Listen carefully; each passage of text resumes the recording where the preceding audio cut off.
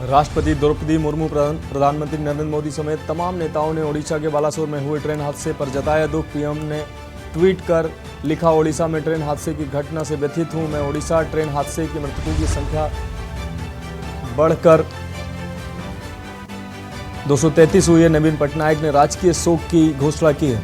Odisha rail हादसे के बाद मौके पर पहुंचे रेल मंत्री अश्विनी वैष्णव मृतकों के परिजनों को 10-10 लाख रुपए मुआवजा देने की बात की। ओडिशा में साल में सबसे बड़े हादसे में 233 लोगों के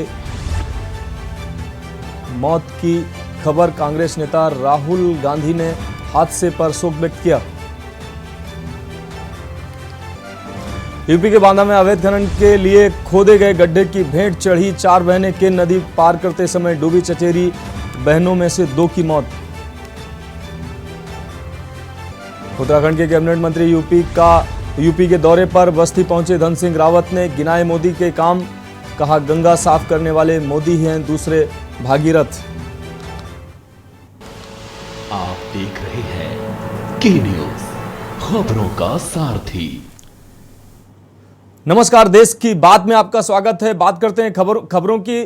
खबर उड़ीसा से है। उड़ीसा हादसे में बढ़ा मौतों का आंकड़ा। आपको बता दें, बालासर रेल हादसे में 237 लोगों की मौत की खबर आ रही है। आपको बता दें, 3 ट्रेनों में भीषण टक्कर के बाद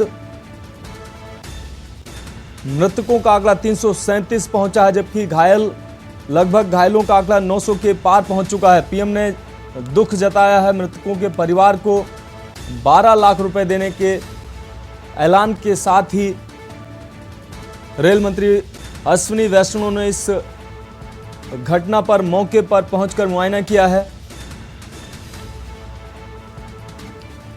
3 ट्रेनों में भीषण टक्कर, पीएम ने जताया दुख। तो यह अहम खबर उड़ीसा के बालासर से आपको दिखा रहे हैं। मृतकों के परिवार को 12 लाख रुपए देने का ऐलान किया गया है। इसमें 10 लाख रुपए रेलवे की तरफ से और 2 लाख रुपए प्रधानमंत्री राहत कोष से दिए जाएंगे। बालासर रेल हादसे में 237 मृतकों की संख्या पहुंची है।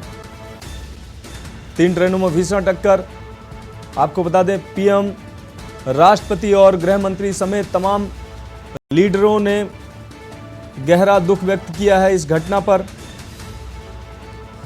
रेल मंत्री अश्विनी वैष्णव भी मौके पर पहुंचे हैं। हमारे संवाददाता कुलदीप भरत इसी खबर पर हमारे साथ जुड़ गए हैं। जी कुलदीप, मौतों का आंकड़ा लगातार बढ़ रहा है। जिस तरीके से राहत और बचाव कार्य किए जा रहे हैं, घायलों की संख्या भी लगातार बढ़ रही है। क्या अहम अपडेट देंगे हमारे दर्शकों को?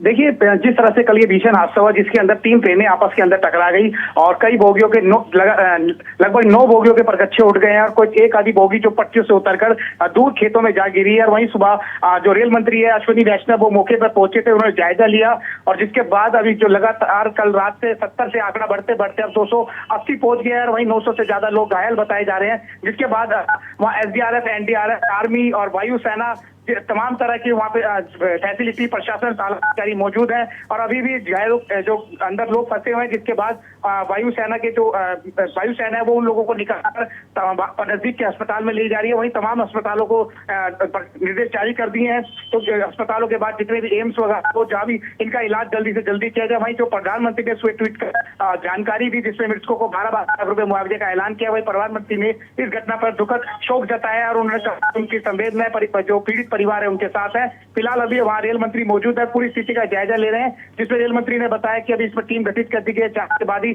सामने होगा कि किस तरह एक्सीडेंट होकर बताया जाए। जो मालासर गाड़ी है जो हावड़ा जाती है, वो सुपरफास्ट एक्सप्रेस है जो सामने से आ रही थी, तो दूसरी गाड़ी से उसी समय टकरा गई और नजदीक से जो दूसरी ट्रेन जा रही थी जिसपे जा गिरी, पलट कर उस पर जा गिरी, जिस कारण वो गाड़ी भी दूर खेत में जा गिरी। और फिलहाल इतनी बड़ी संख्या में, और ये इतिहास के अंदर भारत का सबसे दर्दनाक और सबसे बड़ा हादसा बताया जा रहा है। जी कुलदीप, अगर बात की जाए रेस्क्यू की, तो रेस्क्यू अभियान अभी जारी है या कंप्लीट हो चुका है? जिस तरीके से ये बड़ा हादसा हुआ है, रेस्क्यू ऑपरेशन की बात की जाए तो अभी रेस्क्यू ऑपरेशन की क्या स्थिति है?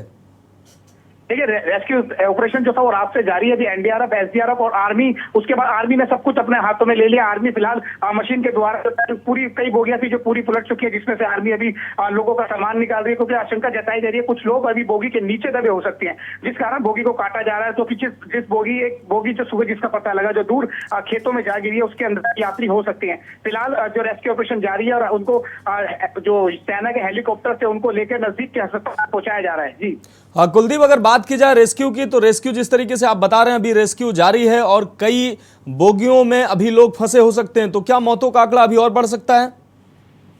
जी देखिए, अभी घायलों की स्थिति बहुत ही गंभीर बताई जा रही है हॉस्पिटल के अंदर, क्योंकि बीती रात को जब ये आंकड़ा जो 70 था और सुबह सुबह होते होते लगभग 10 घंटे के अंदर 280 पार कर गया। वहीं घायलों की संख्या अभी 900 पहुंच गई है 300 से। तो उसकी आशंका जताई जा रही है कि अभी ये मौतों का आंकड़ा और घायलों की जो संख्या है वो और बढ़ सकती है। फिलहाल जिस तरह से जो अश्विनी वैष्णव रेल मंत्री, अभी वो खुद ही एक बोगी जाकर खुद चेक कर रहे हैं, नजदीकी बारीकी से उनको चेक करा जा रहा है कि कोई आसपास कोई और यात्री फंसा ना। और वहीं जो धर्मेंद्र प्रधान है वो भी मौके पर पहुंचकर नजदीक अस्पतालों में लोगों की स्वास्थ्य का जायजा ले रहे हैं। चिकित्सा निदेशकों को निर्देश दे दिया गया है कि इनके तत्काल प्रभाव से अच्छी कार्रवाई की जाए, इनको उचित इलाज मिला जाए। जी हाँ कुलदीप, इस अहम जानकारी के लिए आपका बहुत शुक्रिया। आप नजर बनाए रखिए, हम अहम अपडेट लेते रहेंगे। तो इस वक्त की अहम खबर आपको दिखा रहे हैं। उड़ीसा के बालासोर में हुए ट्रेन हादसे में मौतों का आंकड़ा लगातार बढ़ रहा है। 237 ये आंकड़ा पहुंच चुका है, जबकि घायलों का आंकड़ा 900 से पार पहुंच चुका है। बहुत ही भीषण रेल हादसा है, मृतकों की संख्या लगातार बढ़ रही है। आपको बता दें रेल मंत्री अश्विनी वैष्णव मौके पर पहुंचे हैं, साथ ही धर्मेंद्र प्रधान के भी पहुंचने की खबर हमारे संवाददाता ने पुष्टि की है।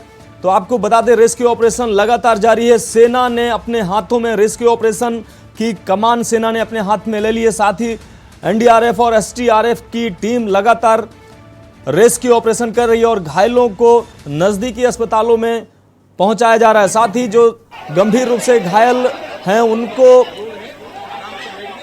बड़े अस्पतालों के लिए भेजा जा रहा है, जिससे उनकी जान बचाई जा सके। तो इस वक्त की बड़ी और अहम खबर आपको दिखा रहे हैं। राष्ट्रपति, पीएम, गृह मंत्री समेत तमाम लीडरों ने मृतकों के प्रति गहरी शोक संवेदना व्यक्त की है और इस दुखद घटना पर शोक व्यक्त किया है।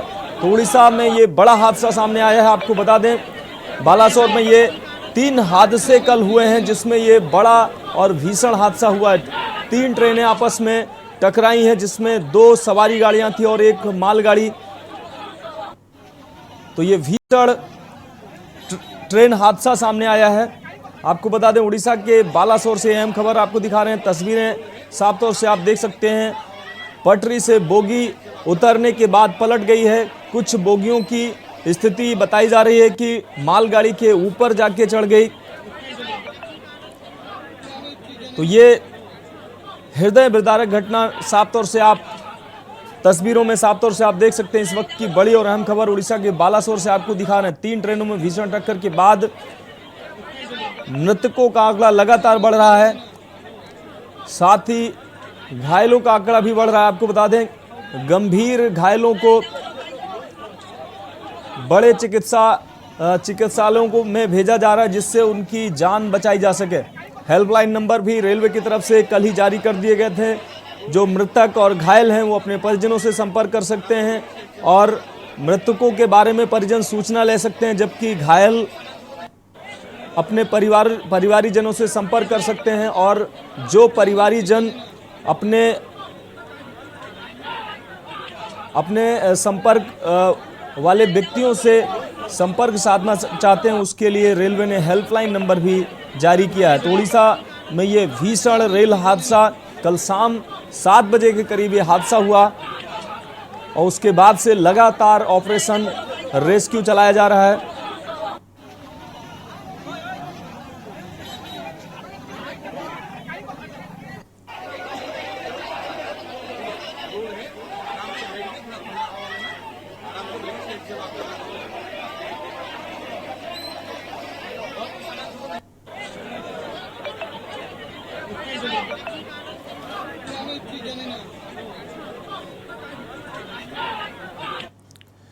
बात करेंगे अगली खबर की। खबर देहरादून से है। महानिर्वाणी अखाड़े का फैसला, छोटे कपड़े पहनने पर नहीं मिलेगी एंट्री। आपको बता दें 3 बड़े मंदिरों में होगा ड्रेस कोड लागू। तो देहरादून से अहम खबर सामने आ रही है। देहरादून के टपकेश्वर मंदिर में ड्रेस कोड, ऋषिकेश नीलकंठ मंदिर में ड्रेस कोड और हरिद्वार के रक्षक प्रजापति मंदिर में ड्रेस कोड लागू होंगे। तो ये अहम खबर, जिस तरीके से लगातार ऐसी घटनाएं सामने आती हैं जिसके बाद महानिर्वाणी अखाड़े ने यह अहम फैसला लिया। छोटे कपड़े पहनने पर मंदिरों में एंट्री नहीं मिलेगी। तो 3 बड़े मंदिरों में ड्रेस कोड लागू होगा। ये बड़ा और अहम फैसला निर्वाणी अखाड़ी की तरफ से लिया गया है। देहरादून के टपकेश्वर मंदिर में ड्रेस कोड लागू होगा। साथ ही आपको बता दें ऋषिकेश के नीलकंठ मंदिर में भी ड्रेस कोड लागू होगा। हरिद्वार के रक्षक प्रजापति मंदिर में भी ड्रेस कोड के साथ ही लोग मंदिर में प्रवेश कर पाएंगे। तो महानिर्वाणी अखाड़े का ये बड़ा और अहम फैसला सामने आ रहा है। जिस तरीके से आस्था के नाम पर मंदिरों में तमाम ऐसी घटनाएं, मंदिरों के आसपास या मंदिरों में तमाम ऐसी घटनाएं होती हैं, उसको देखते हुए ये निर्वाणी अखाड़े की तरफ से बड़ा और अहम फैसला लिया गया। छोटे कपड़े पहनने पर मंदिरों में एंट्री नहीं मिलेगी।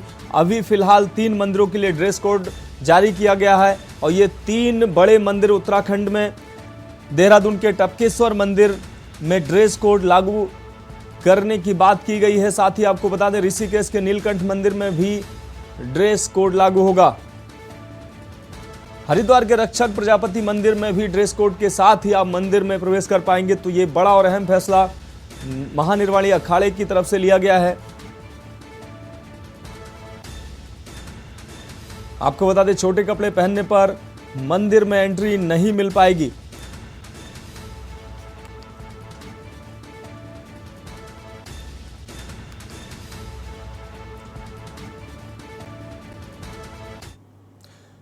देश की बात में अगली खबर दिल्ली से है। कांग्रेस महासचिव प्रियंका गांधी का ट्वीट सामने आया है। उड़ीसा में हुए ट्रेन दुर्घटना को लेकर यह ट्वीट सामने आया है। ट्रेन दुर्घटना का दुख व्यक्त किया है प्रियंका गांधी ने। आपको बता दें ट्रेन दुर्घटना का दुखद समाचार मिला। प्रियंका गांधी ने यह ट्वीट किया है, मृतकों के परिजनों के प्रति मेरी गहरी संवेदनाएं, ईश्वर से प्रार्थना है सभी घायल जल्द स्वस्थ हों। तो ट्वीट के माध्यम से प्रियंका ने उड़ीसा के बालासोर में हुए ट्रेन हादसे पर दुख जताया है। कांग्रेस कार्यकर्ताओं से अपील है कि वो राहत कार्यों में सहयोग करें। तो कांग्रेस महासचिव प्रियंका गांधी ने ट्वीट के माध्यम से बालासोर ट्रेन दुर्घटना में दुख व्यक्त किया है। साथ ही घायलों के प्रति गहरी संवेदना व्यक्त करते हुए उनके शीघ्र स्वास्थ्य होने की कामना की है। आपको बता दें प्रियंका गांधी ने कांग्रेस कार्यकर्ताओं से राहत और बचाव कार्यों में सहयोग की भी अपील की है। इस वक्त की बड़ी और अहम खबर आपको दिखा रहे हैं। तो कांग्रेस महासचिव प्रियंका गांधी ने उड़ीसा हादसे पर दुख व्यक्त किया है। ट्वीट के माध्यम से उन्होंने अपनी संवेदनाएं व्यक्त की है। मृतकों के परिजनों के प्रति मेरी गहरी संवेदनाएं।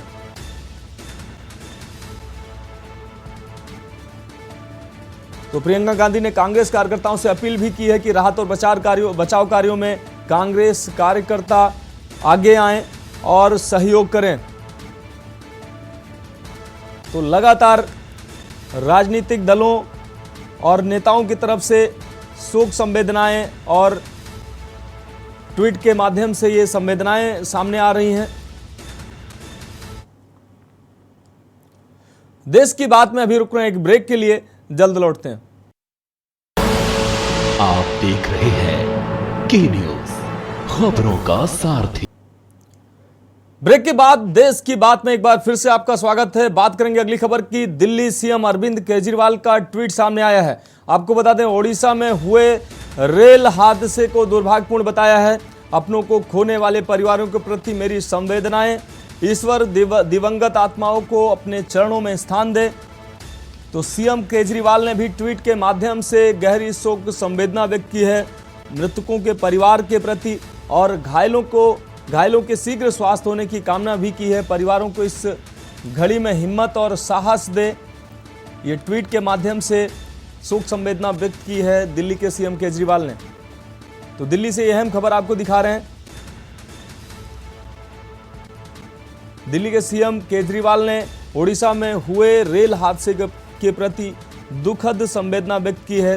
मृतकों के परिवारों के प्रति गहरी संवेदना व्यक्त की है। साथ ही घायलों के शीघ्र स्वास्थ्य की भी कामना सीएम केजरीवाल के द्वारा की गई है। उड़ीसा में हुए रेल हादसे को केजरीवाल ने दुर्भाग्यपूर्ण बताया है। अपनों को खोने वाले परिवारों के प्रति मेरी संवेदनाएं, ये सीएम केजरीवाल के द्वारा ट्वीट के माध्यम से बात कही गई है। ईश्वर दिवंगत आत्माओं को अपने चरणों में स्थान दे। तो ओडिशा में हुए दुखद हादसे पर शोक व्यक्त किया है। ट्वीट के माध्यम से अपने विचार व्यक्त किए हैं दिल्ली के सीएम अरविंद केजरीवाल ने। ट्वीट के माध्यम से शोक संवेदना व्यक्त की है।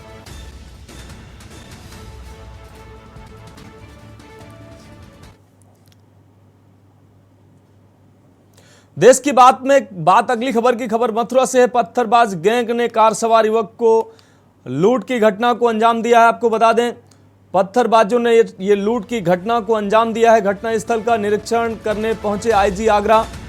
गैंग ने कार सवार युवक से लैपटॉप, मोबाइल लूटे हैं।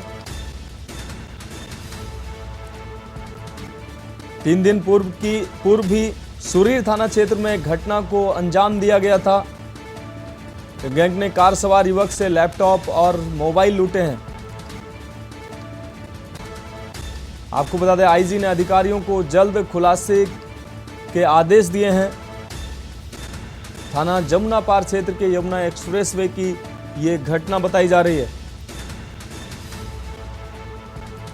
तो मथुरा से ये अहम खबर आपको दिखा रहे हैं। पत्थरबाज गैंग ने कार सवार युवक से लूटपाट की है। घटनास्थल पर निरीक्षण करने पहुंचे हैं आईजी जोन आगरा। गैंग ने कार सवार युवक से लैपटॉप, मोबाइल सहित अन्य सामान लूटे हैं। 3 दिन पूर्व भी सुरी थाना क्षेत्र में ऐसी ही एक घटना घटित हुई थी। गैंग ने कार सवार युवक से लैपटॉप, मोबाइल लूटकर इस घटना को अंजाम दिया है। 3 दिन पूर्व भी एक क्षेत्र में ऐसी घटना हुई है। आईजी ने अधिकारियों को जल्द इस मामले के खुलासे की बात की है और अधिकारियों को निर्देशित किया है कि जल्द ही इस मामले का खुलासा किया जाए। तो पत्थरबाज गैंग ने कार सवार युवक से लूटपाट की है। और हमारे संवाददाता राजू शर्मा इसी खबर पर हमारे साथ जुड़े हुए हैं। राजू, मथुरा में ये घटनाएं लगातार बढ़ती जा रही हैं। अब ये नई खबर सामने आ रही है, पत्थरबाज गैंग के द्वारा ये लूटपाट की घटना को अंजाम दिया गया है। क्या अहम अपडेट है? हाँ बिल्कुल, देखिए लूटपाट की घटनाएं कम होने का नाम नहीं ले रही है। लगातार लूट और चोरी की वारदात लगातार बढ़ती जा रही है। जो पुलिस प्रशासन है वो फेल साबित होता नजर आ रहा है। कल फिर एक बड़ी वारदात को अंजाम दिया गया और वारदात को अंजाम देकर बदमाश फरार हो गए, लेकिन पुलिस बदमाशों को पकड़ने में नाकाम साबित नजर आ रही है। जिस तरह से लगातार लूट चोरी की घटनाएं बढ़ रही है, प्रशासन को इससे सबक लेना चाहिए और एक बड़ी कार्रवाई जो है वो बदमाशों के खिलाफ कर एक मुकाम सामने करना चाहिए। जी हाँ, इस अहम जानकारी के लिए आपका बहुत शुक्रिया राजू। तो आपको बता दें, मथुरा से अहम खबर आपको दिखा रहे, गैंग ने कार सवार से लूटपाट की घटना को अंजाम दिया है। अब बात अगली खबर की करेंगे। Doctor R K. जायसवाल ने एलवीएडी की उन्नत तकनीकी के माध्यम से रोगी का कार्डियोलॉजी के क्षेत्र में पिछले दशकों से भारी बदलाव आया है, जो कि हृदय रोगियों के लिए एक वरदान की तरह है। यह बात उत्तर भारत के जाने माने हृदय रोग माहिर डॉक्टर आर.के. जायसवाल ने सिरसा में आयोजित एक पत्रकार वार्ता में कही, जिन्होंने हाल ही में दिल का दौरा पड़ने से 52 वर्षीय एक मरीज जिसकी हालत गंभीर थी, वहीं मरीज को हृदय रोग के उपचार में आई नई तकनीकी इम्पेला से उपचार कर उसे नया जीवन दान दिया। होती है जिसे हम फ्रैक्शनल फ्लो रिजर्व कहते हैं, जिसमें कि हार्ट की आर्टरी के ब्लॉक को हम चेक कर लेते हैं कि इसमें चाहे वो 90% दिख रहा है, स्टेंट लगाने का फ़ायदा होगा या नुकसान होगा, और उसे ऑब्जेक्टिवली हम असेस करके पेशेंट को तभी स्टेंट लगाते हैं जब उसको डेफिनेटली उससे फ़ायदा होना। दूसरी जो टेक्नोलॉजी हमने बताई है वो इंट्रा कॉर्नरी इमेजिंग की टेक्नोलॉजी है, जिसे हम OCT ऑप्टिकल कोहेरेंस टोमोग्राफी कहते हैं। जिसमें कि डिजिटल इमेजेस जो है एक माइक्रोस्कोपिक कैमरा हार्ट की आर्टरी की नाड़ी में डाल के उस ब्लॉक को एग्जैक्टली देखते हैं कहाँ पे कैल्शियम है, कहाँ पे क्लॉट है, कहाँ पे ये फटने वाली है, और उसके हिसाब से प्रॉपर उसको प्रिपेयर करके फिर स्टेंट लगाते हैं और उसके बाद फिर। तो ये इम्पेला तकनीकी जिसके माध्यम से डॉक्टरों ने नई तकनीकी की बात की है, जिसके माध्यम से इलाज किया जा रहा है और लोगों की ज़िंदगी बचाई जा रही है। बात करेंगे अगली खबर की। विदेशी मूल के लोगों को कस्टमर सपोर्ट सर्विस देने के नाम पर उनके साथ ठगी करने वाले फर्जी कॉल सेंटर का भंडाफोड़ किया गया। आपको बता दें, वहीं कॉल सेंटर संचालक सहित कुल 7 लोगों को गिरफ्तार किया गया है। साथ ही वारदात को अंजाम देने के लिए प्रयोग की जाने वाली स्क्रिप्ट, आपको बता दें 5 laptop, 7 mobile phone, 2 crypto currency hardware wallet ledger को कब्जे में लेकर ये कार्रवाई की गई है।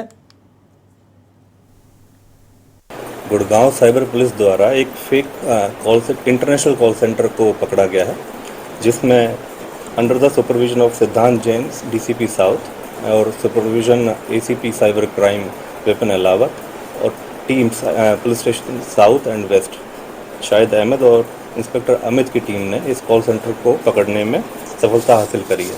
तो fake technical customer support provide करते थे on the behalf of Amazon, Norton और ऐसी किसी अलग अलग वेबसाइट्स के द्वारा, और एक बॉम्बार्डिंग करते थे फर्जी ईमेल की इन अमेजन या फिर नॉर्टन वगैरह की बिहाफ पर, और उनको फिर टोल फ्री नंबर प्रोवाइड करते थे ताकि वो इन नंबरों पे कॉल करके और उनको फेक प्रोमिसेस या फिर फेक ईमेल जो भेजी जाती थी, ये बताया जाता था कि आपके जो अमाउंट है वो आपका कट चुका है, डिडक्ट हो चुका है, उसको रिफंड के एवज में आप इस टोल फ्री नंबर से कॉल करके मदद ले सकते हैं।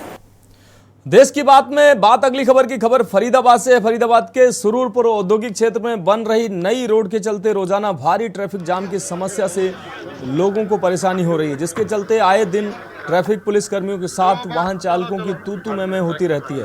ट्रैफिक पुलिस कर्मियों की कमी के चलते यहां ट्रैफिक व्यवस्था भी गड़बड़ बनी हुई है और आए दिन झगड़ों की नौबत आ जाती है। वहीं वाहन चालान, आपको बता दें, वाहन चालक भी पुलिस द्वारा वाहन चालकों से की जाने वाली बदतमीजी से परेशान है। वाहन चालकों का यह भी आरोप है कि ट्रैफिक पुलिसकर्मी झूठे तरीके से उनका वीडियो बनाकर उन्हें धमकाते हैं, जबकि ट्रैफिक कंट्रोल पर उनका कोई बस नहीं चलता है। 15 ਪਿੰਡਾਂ ਨੂੰ ਲਾਗੇ ਸਰ ਖੀੜੀ ਮੇਲਵਾ ਗੰਨੇ ਦੀ ਮੰਤਰੀ ਸਾਹਿਬ ਦਾ ਧੰਨਵਾਦ ਕਰਦਾ ਹਾਂ। ਸਾਰੇ ਮੇਰੇ ਬਹੁਤ ਹੀ ਯੋਗ ਐਮਐਲਏ ਸਾਹਿਬ ਐਡਵੋਕੇਟ ਅਮਰਪਾਲ ਸਿੰਘ ਜੀ, ਜਿਹੜੇ ਕਿ ਸ਼੍ਰੀ ਹਰਗੋਬਿੰਦਪੁਰ ਸਾਹਿਬ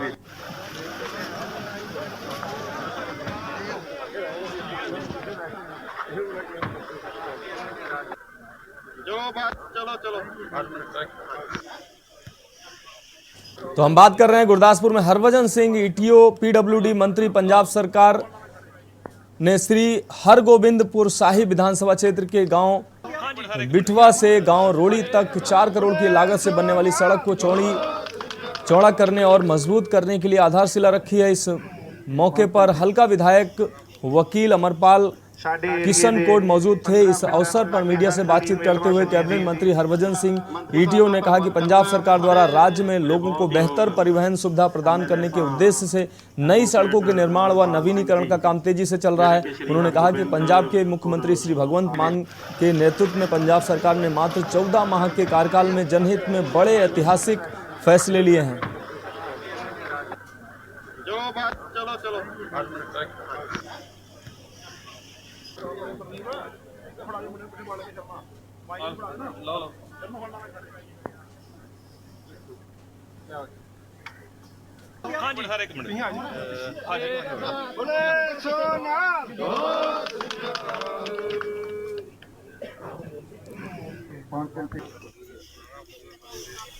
ਸਾਡੇ ਏਰੀਏ ਦੇ 15 ਪਿੰਡਾਂ ਨੂੰ ਲਾਗੇ ਸਰ ਖੀੜੀ ਮੇਲਵਾ ਗੰਨੇ ਦੀ ਮੰਤਰੀ ਸਾਹਿਬ ਦਾ ਧੰਨਵਾਦ ਕਰਦਾ ਹਾਂ। ਸਾਰੇ ਮੇਰੇ ਬਹੁਤ ਹੀ ਯੋਗ ਐਮਐਲਏ ਸਾਹਿਬ ਐਡਵੋਕੇਟ ਅੱਜ ਅਸੀਂ ਇੱਥੇ ਇਹ ਜਿਹੜੀ ਰੋਡ ਆ ਪਿੰਡਾ ਰੋੜੀ ਵਾਲੀ, ਜਿਹਦੀ ਲਗਭਗ ਲੈਂਥ ਜਿਹੜੀ ਆ ਉਹ 5.5 ਕਿਲੋਮੀਟਰ ਆ ਔਰ ਬੜੀ ਖਸਤਾ ਹਾਲਤ ਦੇ ਵਿੱਚ ਇਹ ਰੋਡ ਸੀਗੀ। ਇਹਨੂੰ ਅਸੀਂ ਵਾਈਡਨਿੰਗ ਦਾ ਤੇ ਸਟਰੈਂਥਨਿੰਗ ਦਾ ਦੋਵੇਂ ਕੰਮ ਕੀਤੇ ਨੇ। 10 ਫੁੱਟ ਸੀਗੀ ਪਹਿਲਾਂ, 10 ਤੋਂ ਇਹਨੂੰ 18 ਫੁੱਟ ਹੀ ਕੀਤਾ ਔਰ ਨਾਲ ਇਹਦੀ ਸਟਰੈਂਥਨਿੰਗ ਦਾ ਕੰਮ ਜਿਹੜਾ ਹੈ ਉਹ ਚੱਲ ਰਿਹਾ ਹੈ। ਸੋ ਸਾਡੇ MLA ਸਾਹਿਬ ਨੂੰ ਕਾਫੀ ਫਿਕਰ ਸੀਗਾ ਕਿਉਂਕਿ ਇਹ ਕਾਫੀ ਪਿੰਡਾਂ ਨੂੰ ਜਿਸ ਤਰ੍ਹਾਂ ਬਿਠਵਾ ਵਰਿਆ ਬਹਾਦਰਪੁਰ ਪਿੰਡਾ ਰੋੜੀ ਇੱਕ ਰਜ਼ੂਆ ਪਿੰਡ ਰਜ਼ੂਆ ਇਹਦੇ ਇਹਨਾਂ ਪਿੰਡਾਂ ਨੂੰ ਜਿਹੜਾ ਲਿੰਕ ਕਰਦੀ ਸੀਗੀ। ਬਹੁਤ ਧੰਨਵਾਦ ਕਰਦਾ ਆਪਣੇ MLA ਸਰਦਾਰ ਅਮਰਪਾਲ ਸਿੰਘ ਜੀ ਕਿਸ਼ਨਕੋਟ ਅਤੇ ਮੰਤਰੀ ਸਾਹਿਬ ਸਰਦਾਰ ਭਜਨ ਸਿੰਘ ਜੀ ਈਟੀਓ ਸਾਹਿਬ ਦਾ। ਇਹ ਬੜੀ ਪਿੰਡ ਦੀ ਪੁਰਾਣੀ ਮੰਗ ਸੀ। ਲਾਗੇ ਕੀੜੀ ਮੇਲਵਾ ਲੋਕੀ ਗੰਨਾ ਲੈ ਕੇ ਜਾਂਦੇ ਸੀ, ਟਰਾਲੀ ਪਾਸ ਕਰਨ ਨੂੰ ਬਹੁਤ ਤੰਗੀ ਹੁੰਦੀ ਸੀ ਤੇ ਮੈਂ ਬਹੁਤ ਮਿਹਰਬਾਨੀ ਕਿ ਉਹਨਾਂ ਦੀ ਜਿਨ੍ਹਾਂ ਨੇ ਸਾਡੇ ਪਿੰਡ ਦਾ ਜਿਹੜਾ ਹੋਰ ਵੀ ਜੋ ਵੀ ਪਿੰਡ ਦੀਆਂ ਮੰਗਾਂ ਹੀ MLA ਸਾਹਿਬ ਨੇ ਭਰੋਸਾ ਦਵਾਇਆ ਵਾ ਕਿ ਪਿੰਡ ਨੂੰ ਹਾਂਜੀ ਜੋ ਮੰਗਾਂ ਪਿੰਡ ਵਾਸੀਆਂ ਨੇ ਰੱਖੀਆਂ ਨੇ, ਪਹਿਲਾਂ ਤੋਂ ਮੈਂ ਸਾਰਿਆਂ ਸਤਿ ਸ਼੍ਰੀ ਅਕਾਲ ਫਤਿਹ ਦੀ ਸਾਂਝ ਪਾਉਂਦਾ ਔਰ ਜੋ ਪਿੰਡ ਦੇ ਮਸਲੇ ਨੇ ਖਾਸ ਕਰਕੇ ਸਿੱਖਿਆ ਤੇ ਸਿਹਤ ਸਹੂਲਤ ਉਹ ਤਾਂ ਆਲਰੇਡੀ ਸਾਡੀ ਸਰਕਾਰ ਦੀ ਜਿਹੜੀ ਪਾਲਿਸੀ ਆ ਉਹਦੇ ਵਿੱਚ ਸਭ ਤੋਂ ਉੱਪਰ ਨੇ ਔਰ ਪਿੰਡ ਦੇ ਦੋਨੋਂ ਹੀ ਮਸਲੇ ਸੀਗੇ ਕਿ ਸਿੱਖਿਆ ਸਕੂਲ ਜਿਹੜਾ ਆ ਉਹਨੂੰ ਅਪਗ੍ਰੇਡ ਕੀਤਾ ਜਾਏ ਔਰ ਹੈਲਥ ਵਾਸਤੇ ਜਿਹੜੀ ਹੈ ਮੁਹੱਲਾ ਕਲੀਨਿਕ ਹੈ ਇੱਥੇ ਵੀ ਕੀਤਾ ਜਾਏ ਜੋ ਕਿ ਜਲਦੀ ਤੋਂ ਜਲਦ ਜਿਹੜਾ ਇੱਥੇ ਉਹ ਇਸਟੈਬਲਿਸ਼ ਹੋ ਜਾਏਗਾ। ਉਹਦਾ ਤਕਰੀਬਨ 6 ਮਹੀਨੇ ਦੇ ਟਾਈਮ ਦੇ ਵਿੱਚ ਉਹ भी ਅਸੀਂ देश की बात में अभी वक्त है एक ब्रेक का और खबरों का आगे जो खबरों का सिलसिला होगा हमारी सहयोगी गरिमा वाजपेयी आगे बढ़ाएंगे। आप देख रहे हैं के न्यूज खबरों का सारथी। ब्रेक के बाद आप सभी का स्वागत है। मैं हूं आपके साथ गरिमा वाजपेयी और बड़ी खबर आपको हम बताते हैं। इस बीच बड़ी खबर उड़ीसा से आपको हम बता दें, जहां पर आपको बता दें कि रेल हादसे के कारण 48 ट्रेनों के रद्द होने की बात सामने आई है। उड़ीसा में बड़ा रेल हादसा जिसके चलते कई ट्रेनें रद्द, 40 ट्रेनों को डाइवर्ट भी किया गया है। तो यह हम खबर आपको हम बता रहे हैं, जहां पर कई ट्रेनों को रद्द किया गया जबकि कई को डाइवर्ट भी किया गया है। फिलहाल ये अहम खबर आपको हम बता रहे हैं। और पटरी से उतरने के बाद ट्रेनें आपस में टकराई थीं और पहले दुरंतो एक्सप्रेस की मालगाड़ी से टक्कर हुई थी। एक मालगाड़ी और 2 एक्सप्रेस ट्रेनों की टक्कर बहनागा रेलवे स्टेशन के पास ये हादसा हुआ जिसके चलते अब 40 ट्रेनों को यहाँ से डाइवर्ट कर दिया गया है। साल का सबसे बड़ा यह हादसा जिसमें कई लोगों की जान चली गई, सैकड़ों लोगों ने अपनी जान गंवा दी और अब 40 ट्रेनों को डाइवर्ट किए जाने की भी बात सामने आई है। लगातार जो मृतकों की संख्या है वो बढ़ रही है, आंकड़े बढ़ते जा रहे हैं, लेकिन अब इस रेल हादसे के चलते बताया जा रहा है कि 40 ट्रेनों को डाइवर्ट किया गया है।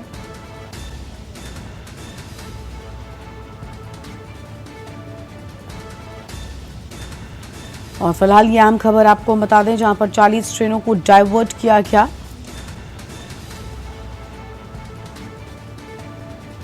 उड़ीसा से खबर, रेल हादसे के चलते कई लोगों की जान गई, 40 ट्रेनों को डाइवर्ट किया गया है। और ये बड़ी खबर आपको हम बता रहे हैं, बेहद भीषण हादसा।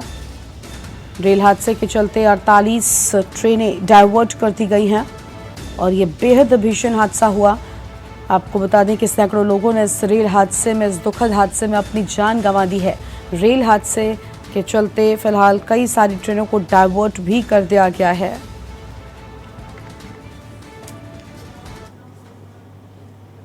और अगली बड़ी खबर का रुख कर लेते हैं। खबर लखनऊ से है। लखनऊ से बड़ी खबर आपको हम बताते हैं, इसी बीच सामने आ रही है। 2024 की तैयारियों में जुटी है समाजवादी पार्टी। तो 2024 की तैयारियों में जुटी समाजवादी पार्टी, इस वक्त की बड़ी खबर आपको बता दें। 2024 की तैयारियां शुरू करती हैं समाजवादी पार्टी ने और बैठक में अखिलेश यादव ने रणनीति बनाई है। एक बैठक हुई जिसमें अखिलेश यादव ने आने वाले चुनावों को लेकर रणनीति बनाई गई और अखिलेश यादव ने कार्यकर्ताओं को भी कई सलाह दी हैं। सपा कार्यालय पर आयोजित बैठक में रणनीति बनाई गई है। तो यह अहम खबर आपको हम बता रहे हैं, जहां पर बैठक में अखिलेश यादव ने रणनीति बनाई है। अखिलेश यादव ने कार्यकर्ताओं को नसीहत दी है और यह आम खबर आपको हम बता दें, जहां पर अखिलेश यादव ने कार्यकर्ताओं को दी नसीहत। और 2024 की तैयारियों में समाजवादी पार्टी जुटी हुई है। फिलहाल ये अहम जानकारी आपको बता दें। और सतीश संगम हमारे साथ इसी खबर पर लाइव जुड़ चुके हैं। सतीश, समाजवादी पार्टी भी आने वाले चुनावों को लेकर कमर कस चुकी है और अब पूरी रणनीति के साथ इस बार चुनाव में उतरने की तैयारी है। बिल्कुल, देखिए कि लोकसभा चुनाव को लेकर जिस तरह से बीजेपी अपने बूथ स्तर पे पार्टी को मजबूत करने में जुटी है, इस तरह समाजवादी पार्टी भी अपने पार्टी को बूथ स्तर पे मजबूत करने को लेकर आप कमर कस ली है। इसको लेकर तैयारियां लंबे समय से की जा रही है। कल एक बैठक हुई थी, बैठक में अखिलेश यादव मौजूद थे। इसके अलावा डिस्ट्रिक्ट वाइज से जो उसके इनके नेता हैं, पदाधिकारी हैं, उसमें शामिल हुए थे। उसमें कई बातों पर एक तरह से चर्चा हुई, जिसमें सबसे जरूरी चीजें हैं बूथ स्तर पे पार्टी को कैसे मजबूत किया जाए, उसकी रूपरेखा तैयार की गई है। इसमें बताया जा रहा है कि बूथ स्तर पे जब एक तरह से कमेटी बनाई जाएगी, उसमें जो मेंबर्स होंगे उसमें युवाओं को भी जोड़ा जाएगा, अलग अलग समुदाय के लोगों जाएगा, महिलाओं को जोड़ा जाएगा, व्यापारी स्तर के लोगों को जोड़ा जाएगा, और उसके साथ ही सामाजिक तौर पे जो मजबूत लोग हैं उनको भी जोड़ा जाएगा, ताकि बूथ स्तर पे जब पार्टी मजबूत होगी तो वोटर्स की संख्याएं बढ़ेंगी। इसके जरिए से ही कहीं ना कहीं पार्टी को मजबूती मिलेगा, लोकसभा चुनाव में जीत का जो रास्ता वो साफ होगा। इसके अलावा अगर आपको मालूम हो कि कल की जो बैठक हुई थी उसमें सोनभद्र मिर्जापुर के जो लोकसभा क्षेत्र हैं उनके अध्यक्ष या उनके जो पदाधिकारी हैं उस डिस्ट्रिक्ट के और जो नेता हैं उन लोगों को बुलाया गया था यहाँ पर, और इसके अलावा जमीनी स्तर पे लोग जुड़े हुए जो लोग हैं उनको भी बुलाया गया था। इसमें फीडबैक लिया गया था उम्मीदवारों के चयन को लेकर कि वहाँ की रणनीति कैसी है, क्योंकि उत्तर प्रदेश की ऐसी राजनीति है कि हर क्षेत्र का माहौल अलग है वहाँ के। अगर आप कोई कहे कि लखनऊ के माहौल से इसको समझते हुए हम आजमगढ़ के डिस्ट्रिक्ट से या फिर बनारस डिस्ट्रिक्ट के चुनाव लड़े तो ये यहाँ पर नामुमकिन है। मतलब कि साफ तौर से अगर देखा जाए कि हर डिस्ट्रिक्ट की अपनी रणनीति है, वहाँ के वोटर्स के अपने मूड होते हैं, वहाँ की चयनित चीजों को लेकर उम्मीदवारों को जो चयन है वहाँ की अपनी रणनीति होती है। तो वैसे में समाजवादी पार्टी के लिए एक तरह से अहम है काम की बूथ स्तर पर कैसे कि पार्टी को मजबूत करें। इसी को लेकर एक तरह से डिस्ट्रिक्ट वाइज की जो बैठकें हो रही है लंबे समय तकरीबन एक सप्ताह से बैठकें हो रही है। अब 15 तारीख के आसपास यानी 15 दिन के आसपास के बताया जा रहा है कि सभी का इंक्लूड एक तरह से समीक्षा बैठक की जाएगी। जितनी भी फीडबैक लिया गया जमीनी स्तर पर उनका इंक्लूड किया जाएगा। उसी आधार पे लोकसभा चुनाव को लेकर तैयारियां जो फ्रंट पे तैयारियां जो होनी चाहिए वो किया जाएगा। ये सबसे जरूरी इसमें है उम्मीदवारों को चयन को लेकर, क्योंकि अगर आप देखें कि विधानसभा चुनाव था, अब भले से एक तरह से विपक्ष का माहौल था, खासकर समाजवादी पार्टी की सत्ता में आ रही है, लेकिन जैसे ही रिजल्ट आया तो इसमें साफ नजर आने लगा कि उम्मीदवारों का चयन सही तरीके से नहीं रहा है। इसमें एक बात और भी खुलकर आई सामने कि जिस क्षेत्र में जिस उम्मीदवार को उतारना था उसमें जो गठबंधन की चीजें थी उनको टिकट दिया गया था। उसमें जो कार्यकर्ता हैं, जो उनके लीडर थे, उनके अंदर खास नाराजगी देखने को मिल रही थी। तो ये सारी चीजें कहीं ना कहीं सीख लेकर आगे की जो लोकसभा चुनाव उसमें रणनीति बनाएंगे। इसके अलावा अगर हम नगर निकाय के चुनाव की बात करें तो जो तस्वीरें कैसी थी, यानी कि माहौल पूरी तरह से अस्थिर था, लेकिन एक चूक समाजवादी पार्टी की तरफ से भी थी कि अलग अलग डिस्ट्रिक्ट में या अलग अलग नगर पंचायत हैं या नगर निगम के जो क्षेत्र है वहां पर कैसे जमीनी स्तर पे पार्टी को मजबूत करने के लिए जनसभाएं किया जाए, कैसे एक दूसरे को जोड़ने की चाहे, तो वो कहीं ना कहीं चूक हुई थी। लेकिन दूसरी तरफ अगर भारतीय जनता पार्टी की बात करें तो खुद इसका कमान मुख्यमंत्री योगी आदित्यनाथ ने संभाला था। तो कहीं ना कहीं बीजेपी से भी थोड़ी बहुत एक तरह से समाजवादी पार्टी को सीख लेनी चाहिए कि कैसे पार्टी को मजबूत किया जाए। बहरहाल जो अभी की जो सूचना है उसमें ये भी बताया जा रहा है कि बूथ स्तर पर जो पार्टी को मजबूत करने की चीजें चल रही है उस पर काम किया जा रहा है और इसकी शुरुआत लखीमपुर से की जाएगी, जो 6 से 7 तक का एक समीक्षा की बैठकें की जाएगी। इसमें एक शिविर कार्यालय के शिविर कार्यक्रम की भी रखा गया है, जो जमीनी स्तर के लोग हैं उनको जोड़ने पर और उस पर चर्चा की भी पहल की जाएगी। जी बिल्कुल, देखिए अहम चीज़ें हैं कि आखिर पार्टी को किस तरीके से आगे बढ़ाया जाए। इसको लेकर एक तरफ जहां अखिलेश यादव अब पूरी तरह से अलर्ट हो गए, लेकिन दूसरी ओर सतीश बात यह भी है कि इसके पहले कई चुनाव हुए, कई चुनावों में अखिलेश यादव ने प्रचार प्रसार से दूरी बनाई। वो मीडिया के सामने आते थे, बात करते थे, लेकिन क्षेत्रों में जाने से बचते नजर आए थे। कई बार ऐसी जगहों पर नुकसान भी समाजवादी पार्टी को उठाना पड़ा था। अब जब नई रणनीतियां बन रही हैं, नई जिम्मेदारी भी जैसा कि आप कह रहे हैं कई लोगों को दी जा सकती है ताकि पार्टी को मजबूत किया जा सके, ऐसे में आने वाले चुनाव में क्या लगता है अखिलेश यादव जब नई रणनीतियां बना रहे हैं तो क्या उसमें ये चीजें भी शामिल होंगी कि खुद वो बीच में उतर कर प्रचार प्रसार का मोर्चा संभालेंगे, खुद जिम्मेदारी संभालेंगे?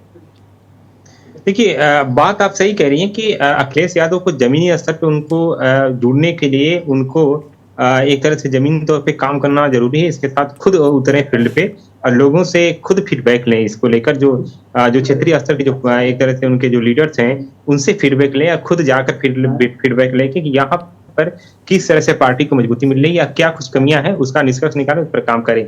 जैसा कि आपने बताया कि पिछले निकाय चुनाव में हमने देखा कि अखिलेश यादव पूरी तरह से सक्रिय नहीं थे, उनका कहीं भी उस तरह की जनसभाएं नहीं थी, वहीं जनसभाएं कर रहे थे जहां पे उनको लग रहा था कि हमारे उम्मीदवारों की जीत सुनिश्चित है। इसमें अगर गोरखपुर की बात करें तो वहां पर उन्होंने जनसभाएं करी और कानपुर में जनसभाएं करी। ऐसे 6 से 7 ऐसे जो नगर निगम के क्षेत्र थे वहां पे इन्होंने जनसभाएं करी, लेकिन पूरे उत्तर प्रदेश में इस तरह की चीजें नहीं देखने को मिलती थी। तो जाहिर सी बात है कि लोकसभा चुनाव की जो तैयारियां, रणनीति है, उस पर समाजवादी पार्टी को पूरी जोर शोर से मेहनत करना होगा। खुद ये फील्ड पे निकलेंगे और लोगों से मुलाकात करें, क्योंकि समय कम है। अगर देखें कि तकरीबन 8 से 10 महीने के वक्त है जो चुनाव की जो तारीखों का ऐलान होगा, खासकर लोकसभा चुनाव की बात करें तो इस 10 महीने के अंदर में पार्टी को कैसे मजबूत किया जाए उस पर चर्चा होगी। क्योंकि जो पिछला लोकसभा चुनाव था, समाजवादी पार्टी की प्रबंधन थी बहुजन समाज पार्टी की, तो उनके खेमे में 5 जो सांसद जीते थे, उसमें भी कई सांसदों की संसद रद्द कर दी गई थी। लेकिन जो अभी का जो सिचुएशन बन रहा है उसमें एक तस्वीरें और भी है कि गठबंधन को लेकर भी तमाम तरह के चर्चे हो रहे हैं। कांग्रेस पार्टी के साथ राष्ट्रीय लोकदल खुद इनके साथ जुड़ी हुई है, तो इसमें भी कई रणनीति बने। उससे पहले खुद समाजवादी पार्टी को, उनके मुखिया यानी अखिलेश यादव को अपनी पार्टी को मजबूत करना होगा, तभी गठबंधन के तौर पे अगर देखें तो कहीं न कहीं कामयाब हासिल होगा। बहरहाल जैसा कि आपने भी बताया कि दर्शकों को भी हम बताते थे कि अखिलेश यादव की लगातार पार्टी दफ्तर में बैठकें हो रही है, हर दिन कहीं न कहीं कार्यकर्ताओं से मिल रहे हैं, लेकिन पार्टी तक ये सीमित नहीं रखना होगा। अखिलेश यादव को जमीन पे उतरें और अलग अलग डिस्ट्रिक्ट में जाके अलग अलग लोकसभा चुनाव जो क्षेत्र है, लोकसभा के क्षेत्र है, वहां पे जाके लोगों से मिले, मुलाकात करें, वहां के स्थानीय फीडबैक लें, उसके बाद ही रणनीति बनाए। खासकर लोकसभा देखिए सतीश, जैसा कि आपने कहा फीडबैक लेने की जरूरत है, वो तो समाजवादी पार्टी करेगी, नई रणनीतियां बन रही हैं। लेकिन सतीश, कुछ अहम चीजें ये भी हैं, जैसे हमने विधानसभा के चुनाव में देखा पहले के मुकाबले समाजवादी पार्टी का प्रदर्शन ठीक हुआ था, हालांकि जीत नहीं मिली, लेकिन बावजूद इसके वो बेहतर प्रदर्शन करने में कामयाब हुए थे। लेकिन निकाय चुनाव में जो नतीजे सामने आए उसकी उम्मीद खुद समाजवादी पार्टी को भी नहीं थी, उन्हें ज्यादा की उम्मीद थी और काफी पिछड़ गए, वो साइकिल पंचर हो गई। क्या वजह रही? क्या कहीं ना कहीं अखिलेश यादव की जो चुनाव में प्रचार करने की रणनीति रहती है वो गलत रहती है? क्योंकि चुनाव के दौरान एक्टिव हो जाना, उसके बाद फिर शांत होकर बैठ जाना, राजनेता इस तरीके से अगर अपनी पार्टी को आगे बढ़ाएंगे तो समस्याएं आती हैं, क्या ये वजह है?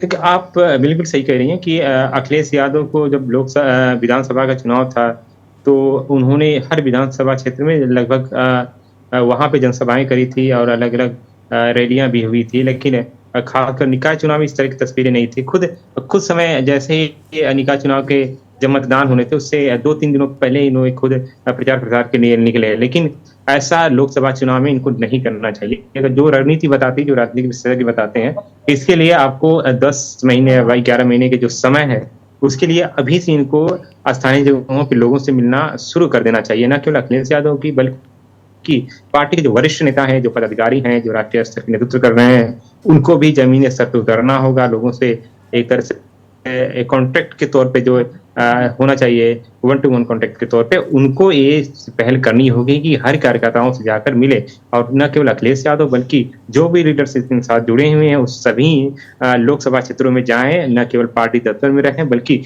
अलग अलग क्षेत्रों में जाएं और लोगों से कांटेक्ट हो और वहाँ की रणनीति को समझें कि किस तरह से वहाँ की चुनावी माहौल है, कौन से लीडर को किस तरह से उतारना चाहिए चुनावी मैदान में, जाति समीकरण क्या है और इसमें जो आए वोटर्स को लेकर उनकी मुख्य मांगे क्या है, किस तरह की चीजें उनकी लिए जरूरत हो सकी, अब कैसे उम्मीदवारों का चयन किया जाए जो वहाँ के लोगों से जुड़े हुए। तो ये सारी चीजें फीडबैक लें, अखिलेश यादव जाएं, उनके लीडर से जाएं, तभी जाकर आने वाली जो लोकसभा चुनाव है उनकी कुछ सफलता मिल सकती है। जी बिल्कुल, यानी साफ तौर पर यहाँ पर आपको बता दें कि समाजवादी पार्टी को कड़ी मेहनत करने की जरूरत है। सतीश बने रहेगा हमारे साथ में, आगे भी आपसे अपडेट लेंगे। फिलहाल के लिए आपका शुक्रिया। तो यह अहम खबर आपको बताए थे जहाँ पर अखिलेश यादव सपा कार्यालय पर आयोजित बैठक में शामिल हुए और उन्होंने आगे आने वाले वक्त में पार्टी को मजबूती दिलाने के लिए नई रणनीतियां बनाई हैं। अब आने वाले वक्त में, आने वाले चुनाव में किस तरीके से पार्टी काम करेगी, इस सबको लेकर लगातार अखिलेश यादव सतर्क हो गए हैं और 2024 की तैयारियों में समाजवादी पार्टी जुट गई है। तो ये अहम खबर आपको हम बता रहे हैं जहां पर समाजवादी पार्टी की तैयारियां शुरू हो चुकी हैं। सपा कार्यालय पर आयोजित बैठक में रणनीति बनाए जाने की बात सामने आई है। और आगे बढ़ेंगे खबरों की ओर। भिंड से खबर है जहां पर सराफा व्यापारी की गोली मारकर हत्या के बाद सोना चांदी से भरा बैग लूट गए बदमाश। अज्ञात बदमाशों ने घर के बाहर गोली मारी। तो भिंड की खबर का रुख करेंगे, उससे पहले एक अहम खबर आपको बताते हैं जहां पर भारतीय जनता पार्टी ने यूपी में सभी कार्यक्रमों को रद्द कर दिया है। इस वक्त की बड़ी खबर, बीजेपी ने महाजनसंपर्क अभियान के कार्यक्रम भी निरस्त कर दिए हैं। उड़ीसा हादसे को लेकर बीजेपी के सभी कार्यक्रम रद्द हुए। इस वक्त की बड़ी खबर आपको बता रहे हैं, उड़ीसा में बेहद भीषण रेल हादसा, जिसके बाद भारतीय जनता पार्टी ने यूपी में अपने सभी कार्यक्रमों को रद्द कर दिया है और बीजेपी ने महाजनसंपर्क अभियान के कार्यक्रम भी निरस्त कर दिए हैं। आपको बता दें कि 9 साल पूरे होने के मौके पर यहाँ पर भारतीय जनता पार्टी पूरे देश में महाजनसंपर्क अभियान की शुरुआत हुई थी, लेकिन अब बताया जा रहा है कि इसे भी रद्द कर दिया गया है। उड़ीसा हादसे के चलते ये बड़ा कदम उठाया गया है। ये बड़ी खबर, भारतीय जनता पार्टी ने यूपी में सभी कार्यक्रम रद्द किए। सतीश संगम हमारे साथ लगातार बने हुए। सतीश, 9 साल पूरे होने पर बीजेपी ने महाजनसंपर्क अभियान की शुरुआत की थी, लेकिन कल जो हादसा हुआ इसने पूरे देश को झकझोर कर रख दिया। सैकड़ों लोगों की जान कुछ मिनटों में चली गई, जिसके चलते अब बीजेपी ने बड़ा कदम उठाया और सभी कार्यक्रम निरस्त किए।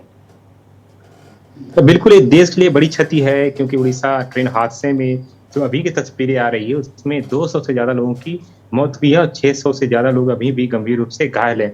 तो ऐसे में अब पूरे देश में इस तरह से शोक की लहर देखने को मिलती है। लेकिन इस बीच में भारतीय जनता पार्टी की तरफ से एक जो संदेश आया है, उसमें शोक संदेश के तौर पर अगर हम समझें तो जो भी प्रदेश में या पूरे देश में जिस तरह के कार्यक्रम थे सभी को रद्द कर दिया गया है। खासकर अगर लखनऊ की बात करें तो जो बीजेपी की केंद्र सरकार के 9 साल पूरे हुए उसको लेकर जगह जगह जनसभाएं होनी थी और तमाम तरह की रणनीति भी बनाई गई थी आज की जो डेट को लेकर, उसमें कहीं ना कहीं इसको निरस्त कर दिया गया है।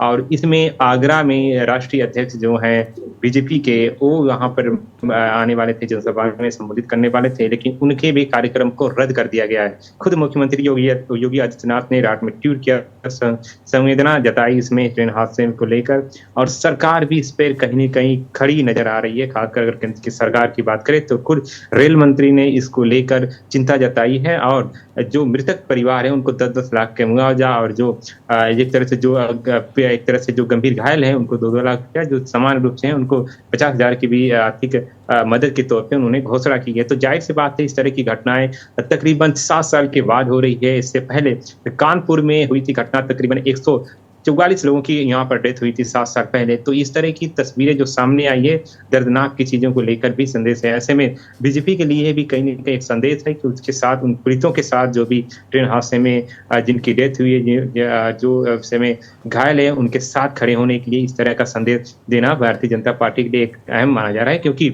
लोकसभा चुनाव की रणनीति से कहीं अहमियत इसमें खड़ा होना, किसी के दुख में खड़े होने का सबसे बड़ा चीजें हैं सामने, और यही बीजेपी के तरफ से किया गया है। आज के जो कार्यक्रम थे खासकर प्रदेश में या फिर देश में सभी को निरस्त कर उसमें एक तरह से संवेदना के तौर पे उनके साथ जो पीड़ित परिवार है उनके साथ खड़े होने का संदेश दिया है। जी बिल्कुल, साफ तौर पर देखिए बेहद भीषण यह हादसा हुआ है और सभी कार्यक्रम जो हैं वो निरस्त किए जाने की बात सामने आई। सतीश, बहुत शुक्रिया आपका अधिक जानकारी के लिए। तो ये आम खबर आपको हम बता रहे हैं जहाँ पर उड़ीसा में हुए हादसे के चलते भारतीय जनता पार्टी ने अपने सभी कार्यक्रम रद्द कर दिए हैं। अहम खबर, उड़ीसा हादसे को लेकर बीजेपी के सभी कार्यक्रम रद्द होने की बात सामने आई है। इस वक्त की अहम खबर आपको हम बता रहे हैं जहाँ पर सभी कार्यक्रम रद्द, भारतीय जनता पार्टी ने यूपी में अपने सभी कार्यक्रमों को रद्द कर दिया है और बीजेपी ने महाजनसंपर्क अभियान के कार्यक्रम निरस्त कर दिए हैं। यह अहम खबर आपको बता दें, महासंपर्क अभियान के कार्यक्रम निरस्त हो गए हैं। आगरा में जेपी नड्डा की जनसभा भी निरस्त हुई। उड़ीसा हादसे को लेकर बीजेपी के सभी कार्यक्रम रद्द हो गए हैं।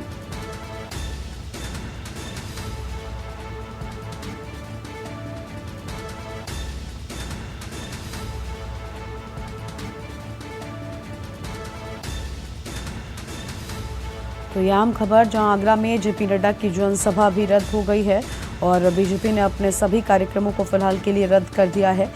अहम जानकारी आपको हम बता रहे हैं और यह आम खबर जहां पर सभी कार्यक्रमों को रद्द किए जाने की बात सामने आई है और बीजेपी ने महासंपर्क अभियान के कार्यक्रम रद्द कर दिए।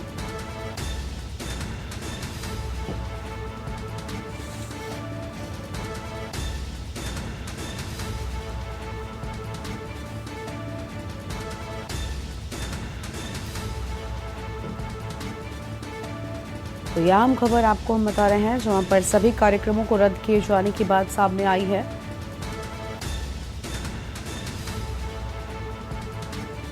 बीजेपी ने सभी कार्यक्रम रद्द कर दिए हैं। इस वक्त की आम खबर आपको हम बता रहे हैं, उड़ीसा हादसे को लेकर ये बड़ा कदम उठाया गया है।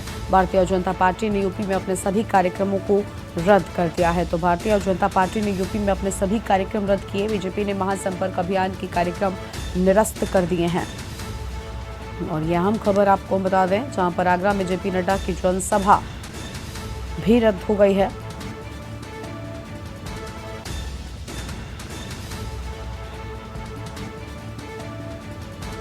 और भारतीय जनता पार्टी ने यूपी में सभी कार्यक्रमों को रद्द कर दिया है। उड़ीसा हादसे को देखते हुए ये बड़ा कदम उठाया गया है। आम खबर आपको हम बता रहे हैं, जहां पर उड़ीसा हादसे को देखते हुए ये बड़ा कदम उठाया गया। आगरा में जेपी नड्डा की जनसभा रद्द हो गई।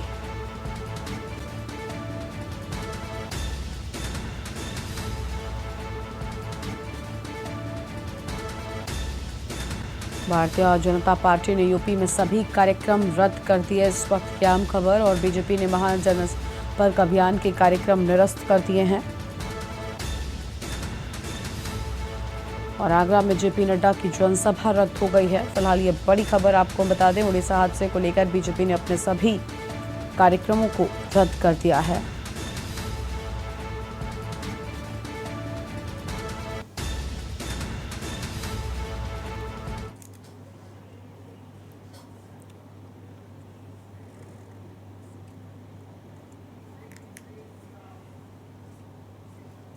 और एक छोटे से ब्रेक के लिए यहाँ पर रुकते हैं, चल लौटेंगे। आप देख रहे हैं के न्यूज, खबरों का सारथी। ब्रेक के बाद आप सभी का स्वागत है। तो यह अहम खबर आपको हम बता रहे हैं, जहाँ पर आपको बता दें कि एक बड़ी खबर सामने आ रही है। बड़ी खबर का पहले रुख कर लेते हैं। लखनऊ से बड़ी खबर है। तो लखनऊ से आम जानकारी, जहाँ पर यूपी में आपको बता दें कि डीएम बागपत बनाए गए जेपी सिंह, तबादला एक्सप्रेस की बात सामने आई हो। और अहम खबर लखनऊ से डीएम राजकमल यादव को हटाया गया है। तो डीएम राजकुमार यादव को हटाया गया। अखंड प्रताप सिंह बने डीएम देवरिया। तो यह अहम खबर आपको हम बता रहे हैं, जहां पर डीएम राजकमल यादव हटाए गए और अब अखंड प्रताप सिंह डीएम देवरिया बनाए गए हैं। तो यह अहम खबर आपको हम बता दें, जहां पर डीएम देवरिया बनाए गए। नेहा प्रकाश बनाई गई डीएम औरैया। तो नेहा प्रकाश को औरैया का डीएम बनाया गया है। और फिलहाल ये आम खबर आपको हम बता रहे हैं, जहाँ पर लखनऊ से खबर, यूपी में आईएएस अफसरों के तबादले हुए। तो यूपी में आईएएस अफसरों के तबादले की बात सामने आई है। डीएम बागपत बनाए गए जेपी सिंह। तो डीएम बागपत बनाए गए जेपी सिंह और डीएम राजकमल यादव को हटाया गया है। डीएम राजकमल यादव को हटाया गया है। फिलहाल ये आम खबर। अखंड प्रताप सिंह डीएम देवरिया बनाए गए हैं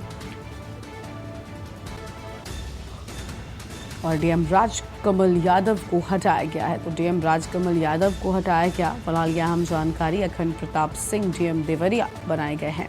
तो अखंड प्रताप सिंह डीएम देवरिया बनाए गए हैं और नेहा प्रकाश को डीएम औरैया बनाया गया है। और प्रकाशन श्रीवास्तव डीएम प्रतापगढ़ बनाए गए हैं। तो यह अहम जानकारी आपको हम बता रहे हैं, जहां पर ये बड़ी जिम्मेदारियां सौंपी गई हैं। लखनऊ से खबर, यूपी में आईएएस अफसरों के तबादले हुए। तो यूपी में आईएएस अफसरों के तबादले, डीएम बागपत बनाए गए जेपी सिंह। तो डीएम बागपत बनाए गए जेपी सिंह और डीएम राजकमल यादव को हटाया गया है। तो डीएम राजकमल यादव को हटाया गया। फिलहाल ये बड़ी खबर। अखंड प्रताप सिंह डीएम देवरिया बनाए गए हैं।